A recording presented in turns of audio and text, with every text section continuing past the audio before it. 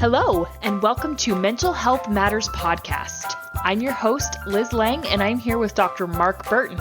In this podcast, we will talk about all things mental health. Thank you so much for joining us.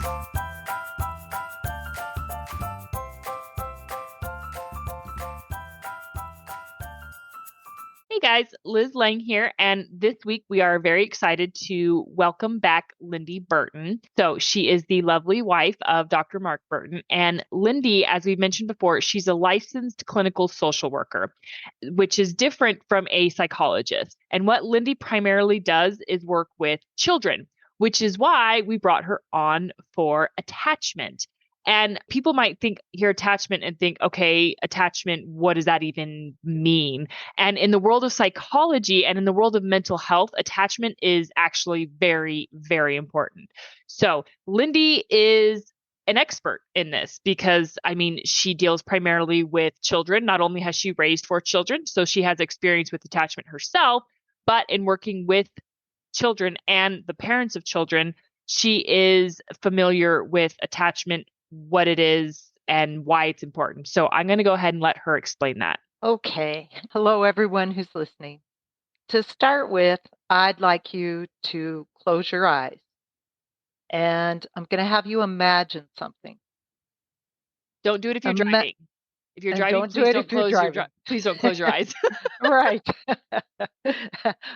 Or if your kids are, running around and you need to keep eyes open. So just let your imagination go with this idea. What if there were a gift that you could give your child that would predict that your child would turn out to be happy, socially and emotionally healthy, that they would have leadership skills, that they would have meaningful relationships, and even academic and career success? Just imagine if you could give them that. Mm-hmm. Well, what I want to say is the name of that gift is secure attachment. And that might sound like that's just not possible. How could one thing give that kind of gift? But I'm going to tell you the research on folks who have this golden ticket of secure attachment. The research shows that they have the benefit of higher self-esteem, better emotional regulation, greater academic success, better coping in times of stress, more positive engagement with peers, closer friendships in middle childhood, more effective social interaction in adolescence, happier and better relationship with parents, stronger leadership qualities, a greater sense of self-agency, more trusting, non-hostile romantic relationships in adulthood, more empathy, greater social competence overall, and greater trust in life. Now, that is just mind-blowing in a way. And that's why there is a science of attachment theory in my field, because the style of attachment that child gets is really the single biggest predictor for what the rest of their life is going to look like. So to explain that more, I'd just like to say, when you think of attachment and just the word attachment, what does it mean? Right. Like you take a hook and you attach it to a wall. Mm-hmm. And that's exactly what it means. It means taking 2 separate things and bonding them together.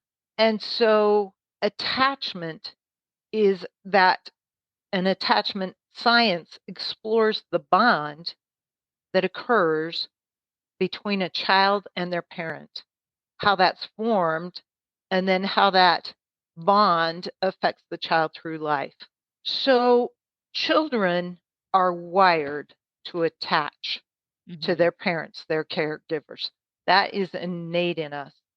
And I want to say kids will bond to parents even when those parents are very scary for children. It's just a different type of attachment. When children don't attach at all, the cases of that we know, they actually just have a failure to thrive and they die. The cases in the orphanages where babies are totally fed and physically taken care of, but get no attachment. That happened in the Eastern Bloc orphanages. Those babies just died at a horrendous rate. So children are wired to attach. Yeah. And there are 4 basic attachment styles. Now, the one that I was talking about, the gift, the golden ticket, that is called a secure attachment. And we're going to be talking about what that looks like to give your child a secure attachment, what it takes to give your child a secure attachment, and what you can do if you haven't given your child a secure attachment. Yeah. But first, I'd just like you to hear about the other styles of attachment. Do you have anything you want to say or add here? Yeah. So one common thing that I heard in your description of secure attachment and its golden ticket were terms like more, better, and greater. So, and what that says to me is that, secure attachment, it's this wonderful, beautiful thing. And these things are going to give you a better chance, greater chance, more of a chance. But that doesn't mean that you're going to have this perfect, well-rounded child, right? So, and I think that's important for parents to know, is because nobody escapes childhood unscathed. And so, and one thing that we're going to go into later on in life is that this idea of secure attachment, it just gives kids a better ability to cope. And because what it does is it provides them with at least one secure adult that they can trust. If they have that secure adult they can trust, they can better cope. Because, I'm thinking of my oldest, who I feel is very securely attached to me. I feel like we had very good attachment as a baby. She struggles academically, right? So it's not that you're going to have this perfect child and this child's going to have this perfect life. They're still going to have troubles, but they're going to have better coping abilities when they are securely attached to a caregiver. I'm so glad you pointed that out, because that's true. Life is hard and has dings on everyone. And you really hit it when you pointed out that secure attachment wires a child's brain to be able to trust. Yeah. And when we can trust, then we're more resilient, because we can find all kinds of ways to get help. We can count on the world, we can count on other people, we can count on ourselves. So secure attachment, really why it makes such a big difference, is because it wires a child's brain to be able to trust in a different way. Okay, so if you were to look at the different styles of attachment, there are basically 4 styles of attachment. And of course, we like to categorize things in our field, and there's going to be overlap. And you might see yourself and go, but I fit sort of in this style and in this style. And that's very common. We're not as cut and dried, but there tends to be one area that fits you more overall. So just kind of a place we tend to land. But secure attachment comes from a parent's sensitive and attuned responsiveness to the baby's bid for connection. And that parent can read the child's cues and predictably meet the child's needs. So in that, what I'm saying is the parent shows up for the child. Yeah. That is what happens in secure attachment. Another attachment style is called avoidant attached. And avoidant attached is created when parents meet the physical needs of the child, but they're incapable of noticing or responding to the emotional needs. So they take care of the child's body, but when the child's sad or needs soothing or distressed, they just don't know what to do with that emotion. They don't have any response. And so when children grow up in that environment, they learn to minimize their own need for emotional closeness. And how they adapt to that then is in partnerships. When others want to get emotionally close, that feels threatening.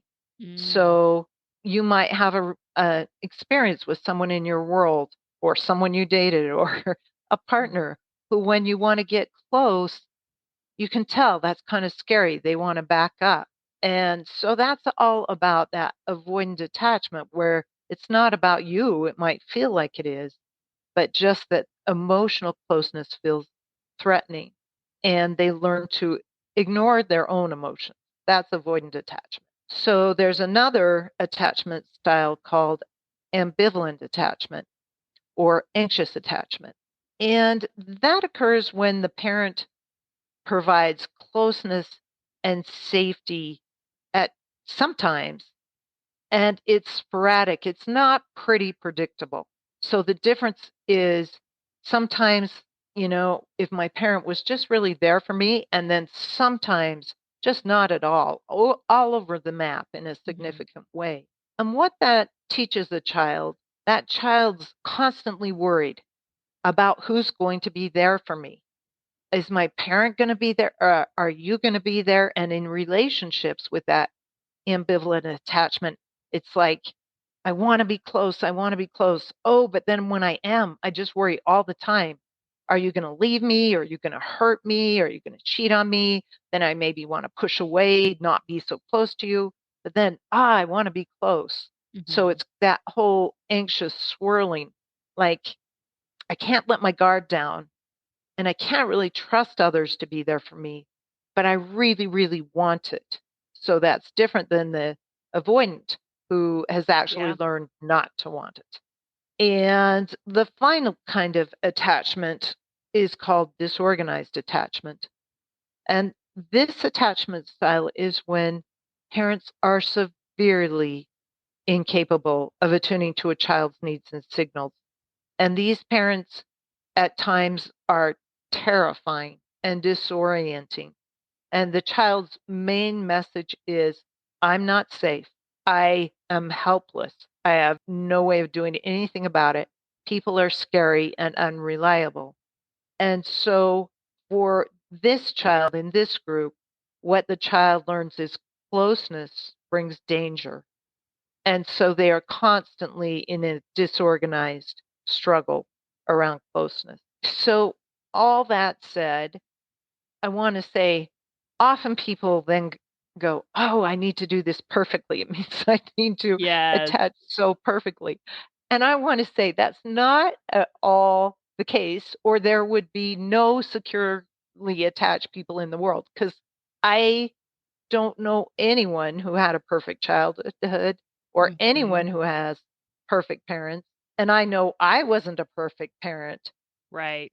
Yet people are securely attached. So it means I just need to hit the ballpark. I need to be trying and aware of this attachment. And just to give you some statistics on attachment, kind of a ballpark.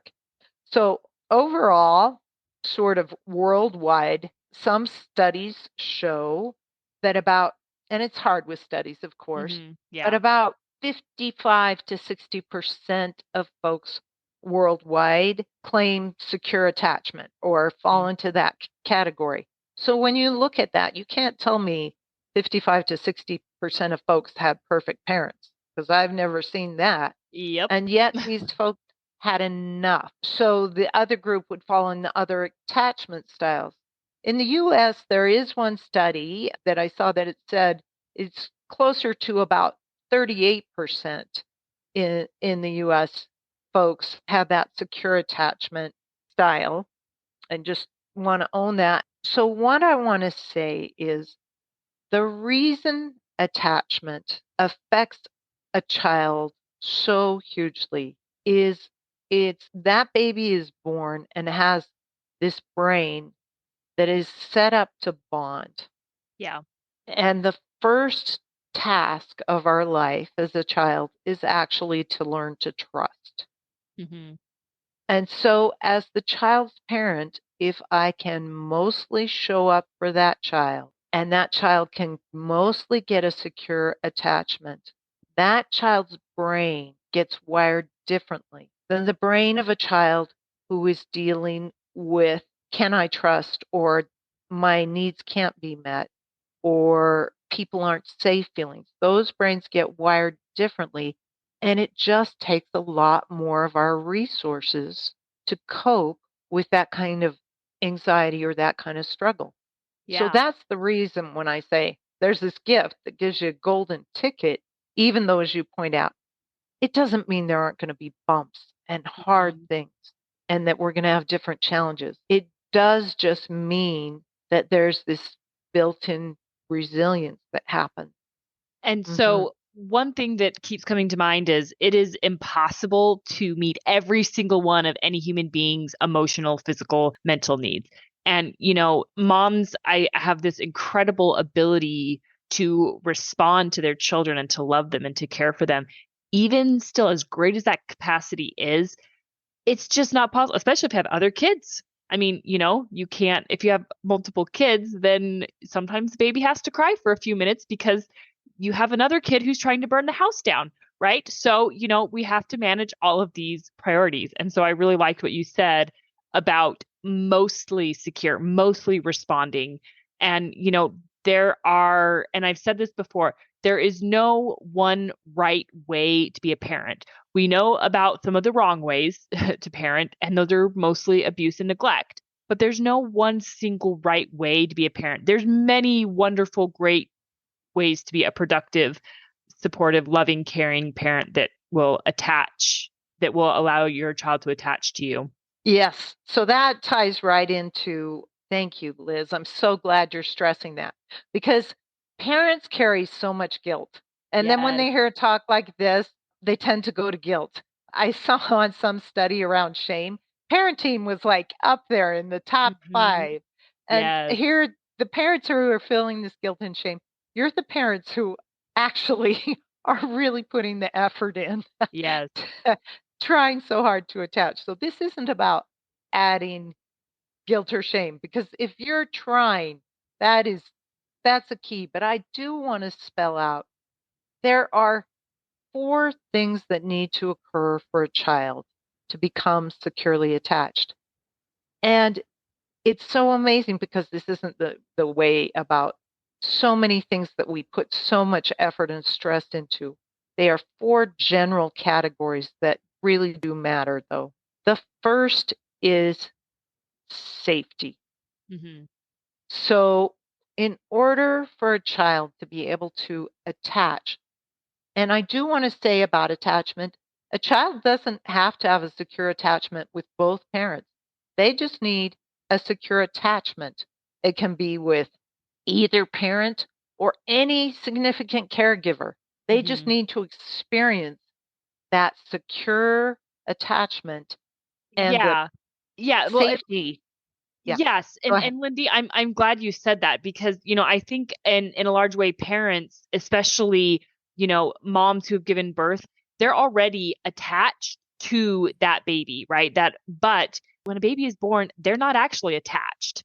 Attachment does not form at birth. Now, we know studies have shown that babies do prefer their mom, like they will turn towards their mom's smell or the sound of their mom's voice, but that is like so minimal. And so if you're an adoptive parent or if you're a grandparent or if you are not the biological birth parent of that child, don't panic. Secure attachment absolutely can and does still happen if, in cases of adoption or, death of the birth mother or whatever the situation is. Secure attachment still happens. Right. And also, as you're saying that, it makes me realize, Liz, of course, what happens in a baby's first year has huge, huge impact. But Hmm. in reality, we can work on attachment throughout our whole life. Mm. And if we haven't provided, if something going on in our world where we weren't able to provide secure attachment when our kids were little, we can actually change that attachment style through changing our relationship with our children by Which is doing, amazing. yeah, because we used to think the brain was just set, like, Hmm. okay, you're this way or you're not. But now we know that people actually can change in their sense of being able to trust an attachment style through life. And often people do with their partners. So that's part of that partnering. But so to go into what it takes for secure attachment, Number one is safety. Mm-hmm. That means keeping the child away from danger as much as possible, not becoming the danger. Also, keeping the child away from inappropriate ideas and images that would overwhelm the child. That also is that danger. So when you think about safety, I'm just thinking my parents as a kid would let me watch movies that were just really overwhelming and it made me feel unsafe. So safety, you want to have basically the idea of I want to be the safe harbor for my child and I Mm-hmm. want them to know that they are safe. So that's meeting number one. Number two is about the child being seen. That is about attuning to the child's emotional state, seeing how the child is feeling. So this is a deeper level of seeing your child. So we'll talk about that more, but I know Liz and I have done a podcast on emotion coaching. Mm-hmm. And I want to say that's a reason seeing your child's emotion and stating it is so powerful because it makes the child feel seen. And Mm-hmm. to have a child who's crying and be able to say, "You're so sad," or Yeah. to be able to, yeah, just resonate with that. That child is seen. And again, notice how that creates safety and trust. So the third component of secure attachment is being soothed. Now, we have an instinct often when a baby is born that Yeah. when that baby cries to soothe that child, pick that Mm-hmm. child up and soothe that child. And I want to say that instinct is so important and that there long ago got to be this idea, people were misinformed that you could soothe a baby in their first year of life too much, or that babies would manipulate the parents, and that part of their growing up should be not to soothe them. I just want to say we now realize that that's completely untrue. Yeah. We can never soothe our children as much as we'd like to. Yeah, I think in Yeah. that, as you pointed out. And again, it's not about perfect, but it's about the child getting a message of, I can be soothed. I cannot be alone with my pain.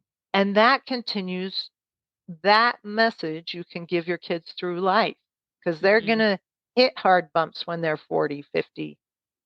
And you can soothe them then, just in different ways.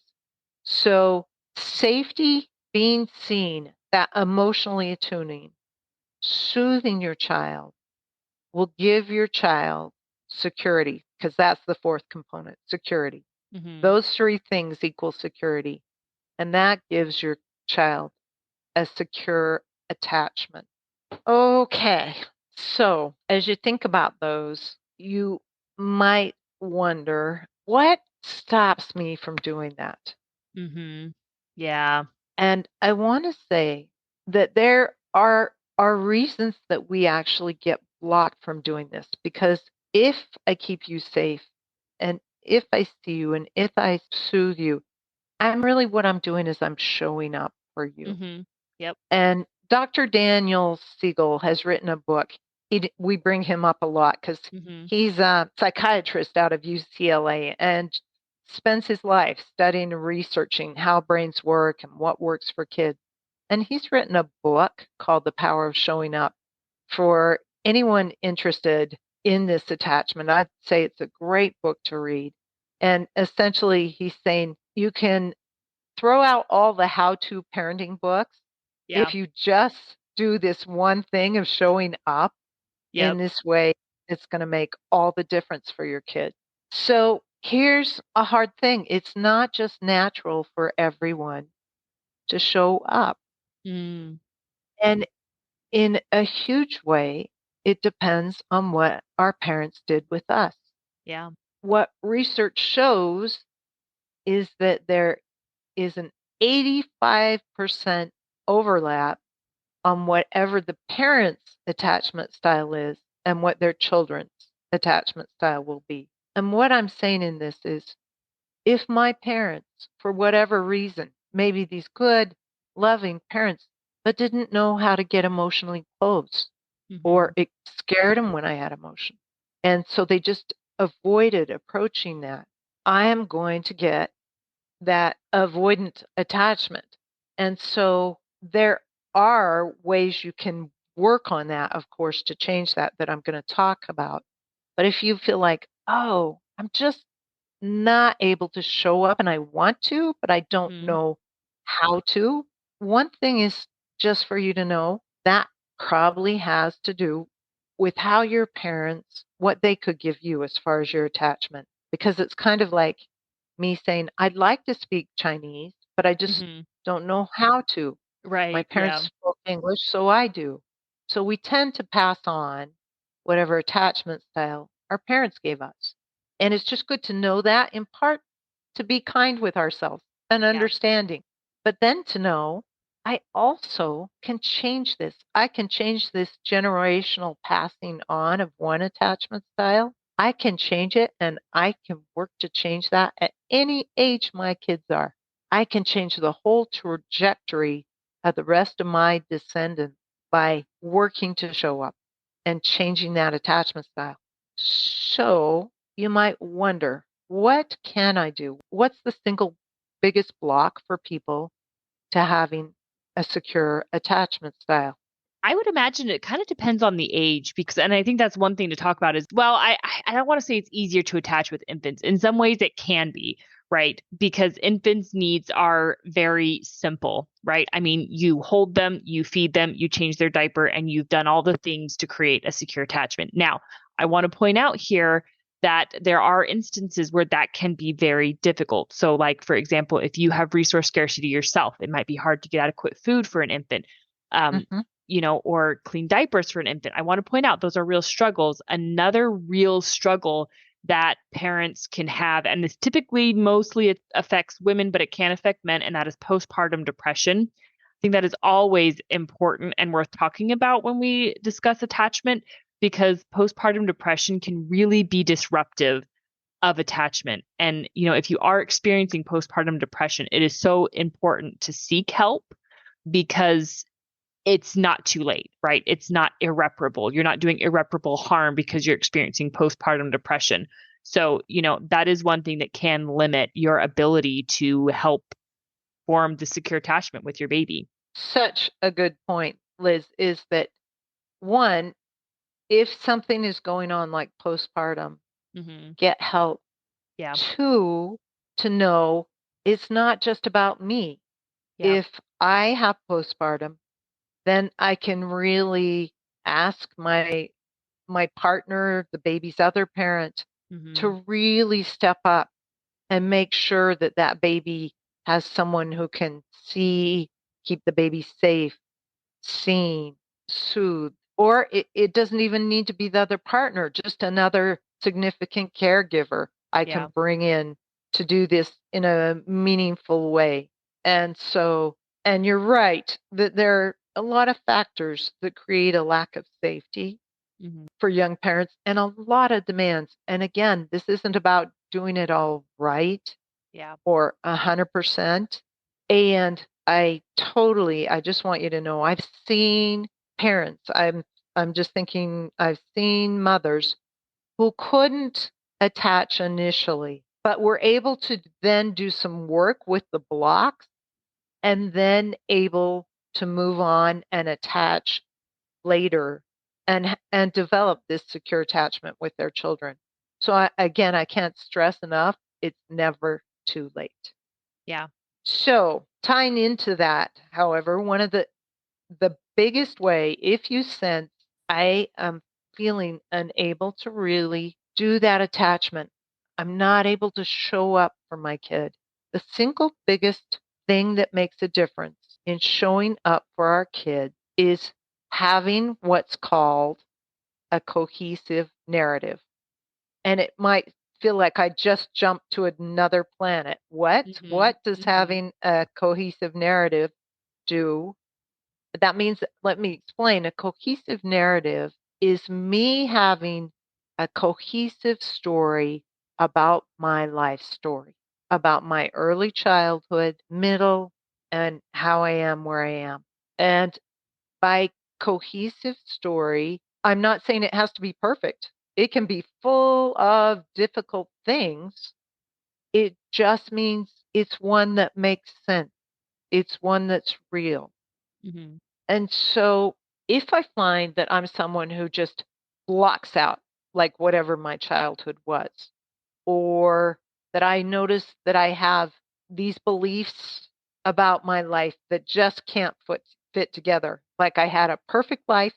I don't know why I was so scared all the time. Mm-hmm. In that, I don't have a cohesive narrative. And what that does is it tends to stop us from being able to show up and be present for our children. Mm-hmm.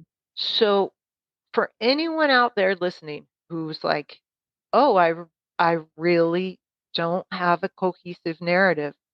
I want to say you can get one. You can let yourself spend some time just writing about realities about your childhood and do a timeline of your life and just put together a story that actually, oh yeah, this makes sense. And this is how I am. All these factors kind of make sense. It's almost like I have to be able to understand my history Mm-hmm. to feel comfortable enough with myself to be able to be so vulnerable, to be totally open and giving to this child, That's and to a be able to see my child's emotions. Yeah, I mean, that's a really good point. And, Mark and I have often talked about families of origin and how much families of origin tie into just life. And so I think you're right. It is important to create that cohesive narrative and to look back in your history and say, this happened to me, and this probably disrupted attachment with my parents. So, or created some sort of trauma that made it hard for me to overcome these things. So I have a pretty good example, or maybe we could call this, if you're willing to do a little bit of a case study. What do you think? Mm, I know this is kind of great idea. Great yeah. idea. Okay. So, and it's a personal experience with my son. So our youngest son is 5 years old, and anyone familiar with the podcast knows that this poor kid has had a lot of medical trauma, right? So, just a lot of invasion of his bodily autonomy, right? Because he's got ketotic hypoglycemia. He spent a lot of time in hospitals. He got poked a lot. He would get woken up in the middle of the night to get poked. He actually ended up having surgery. And so, you know, with all of that, I feel like his attachment is pretty secure. So, but this comes back to kind of those things of creating safety for your child, right? Hmm. So, what does a parent do in that instance? And I feel like Curtis and I have done a pretty good job, but just walk us through what it looks like to help in those instances because on the one hand, we are providing for his safety because we're managing his illness and all of these things, but it's also created, well, just a lot of pain, and he hasn't had any control over it. So, what are your thoughts in helping maintain a secure attachment in instances like that where the kid has so much that's just out of their control? Oh, that's a great question. And I love it because it shows how life works. Because Hmm. here you are, these caring, loving parents who really show up, Yep. and life circumstance has taken away your 5-year old's safety in ways, not all of it, but Yep. has really pushed on that safety because kids can understand, that this poking and all that feels is like unsafe. Yeah. So, great question. So, things that then you can provide that make a difference for your child going through this and for any parent with a Hmm. child going through any kind of trauma. So, one is being aware my child has had safety pushed on. So that means I really want to, as much as possible, make the rest of his world safe, like make his not have him exposed to stories that are overwhelming or news stories or TV Hmm. images, just to, as much as I can, have that little amygdala, have his brain really soothed. And after he gets his shot and his painful experience, two huge things make all the difference. One, of course, is the soothing. Notice how if Liz and her husband were to go, buck up, other kids Yeah. have their legs cut off, Yeah. no soothing. That child, that would disrupt attachment. But when there's that holding and rocking and I know, honey, this just hurts. This is so sad. There is that soothing. And on top of that, one of the key things Liz and her husband do and can do is that emotional validation. Mm-hmm. So I'm going to give you an example of ways well-meaning parents can disrupt attachment.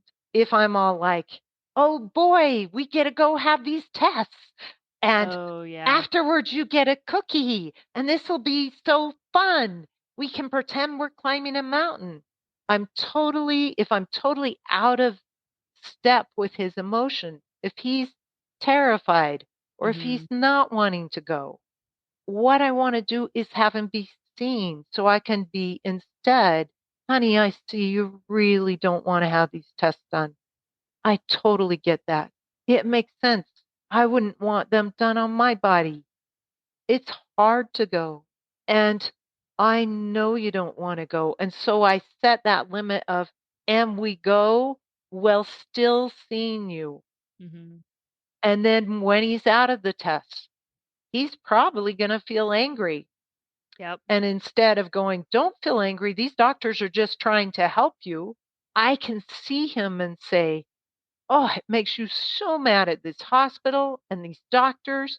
In fact, we could go home and draw a picture of them and color all over them and scribble it up and rip it up. We could say how mad we are that they had to do this test to us. Mm-hmm. That's an example of attuning to my child, because what we know is kids can go through incredibly hard experience if they have one caregiver Yeah. who can show up and attune and work to provide safety, seeing, soothe, and security. Yeah. Yeah. And we are running really short on time here. So one final thing that I want to say too that I've worked hard, and I've done this with all my kids, but I especially do this with my youngest who's had so much medical trauma, is I create boundaries for him and around his medical care. So there has been a couple of times where we've gone to just a regular doctor's appointment. And anytime he hears the word doctor appointment, his first question is there going to be a poke? And Mm. the biggest thing I do, I never lie to him. I always Yeah. say I don't ever lie to him. And there's been a couple of times where I said, nope, no pokes. And we've gone and a doctor said, oh, he needs this vaccine. And I've said, well, we're going to have to schedule it. We're going to have to schedule that appointment for another time because I told him there wasn't going to be a poke and I abide by that. And that's another thing. I think parents have this idea of they want to protect their kids or they want to avoid the trauma of, oh, this poke. They think maybe if I just don't tell them or if I just lie about it or I say, oh, it's not going to hurt or it's not going to be that bad, that's going to make it less traumatic for the kid. That kind of has the opposite effect because it creates that lack of trust. Exactly. And that's more important than anything. Yeah. So if you prioritize that, it's not worth telling your kid a lie, Yep. even about a very, very hard thing, because what that destroys is the trust. And that goes so deep. Mm-hmm. Yeah. Yep. So, Exactly. so very quickly, folks might wonder who are hearing this, what kind of attachment style do I have so I can be aware of it? Mm-hmm. Because it affects all your relationships. It affects your relationship with your spouse, partner, and with your kids. And so there's a book that's a really easy read, and it's more about a adult connection, but it's called Improve Your Relationship EQ by Improving Your Attachment Style by Elizabeth Kirk. And I just think it's a good read to, you know, figure out what attachment style you do have and then look at things you can do to improve that, Mm-hmm. because you can improve that with your partner and you can improve it especially by knowing your history. And also, I want to say the reason therapy is effective is, or the most basic thing it does is help people get that coherent narrative. And Yeah. so if you have the luxury of having therapy, that is a great gift to give yourself and everyone you want relationships with. Mm-hmm. And to prioritize that, giving safety, seeing your children, soothing, giving them security through their lifetime, even if there were huge chunks that you couldn't, makes all the difference for them. Yeah. So it's one to always work and aspire to. Yeah. And remember, be kind to yourself, because you just can't be a perfect parent. It's just not possible to meet every emotional need of your child, and sometimes not every physical need of your child, right? I mean, my 5-year-old has this physical need for safety. I can't always meet it. It's just a reality of life. And so I do the best I can with what I'm given. Okay. So thank you again, Lindy, for joining us on the podcast. This is a fantastic episode, and I hope our listeners have found it helpful. Next week, Dr. Burton is going to be back, and we're going to circle back to an annual topic we do, and that is holiday survival.